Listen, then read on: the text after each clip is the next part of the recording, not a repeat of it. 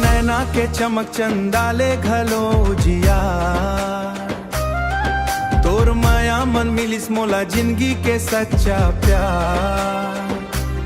सांझ के बेला नदी किनारा तोर संग बिताए हर एक नजारा। कोयल के बोली महुआ के डार तोर संग लागे सुघर संसार। धीरे धीरे जुड़त गे मन माया बढ़त गे हर क्षण। रब ले यही अरदास करत हूँ तोर संग कटे मोर हर जन्म। तोर नैना में बस मोर सपना, तोर बिना लागे अधूरा अपनापन।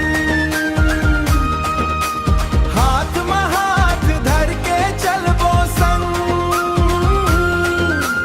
माया के रंग में रंग जाही जीवन।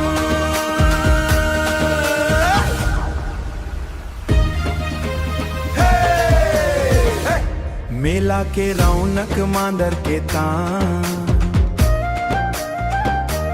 तोर संग नाचबो धर के हाथ।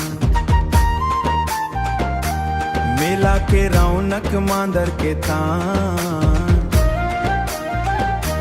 तोर संग नाचबो धर के हाथ।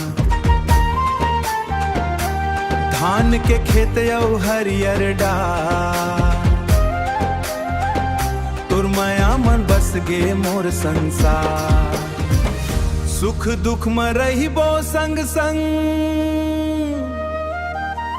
कभू नहीं छोड़बो एक दूजे के संग। दाई दादा के आशीष ले पूरा हो ही माया के हर रंग। तोर नैना में बस मोर सपना, तोर संग महके मोर हर सपना। जन्म जन्म तक निभाबो प्यार, तेज हंस मोर जिंदगी के आधार।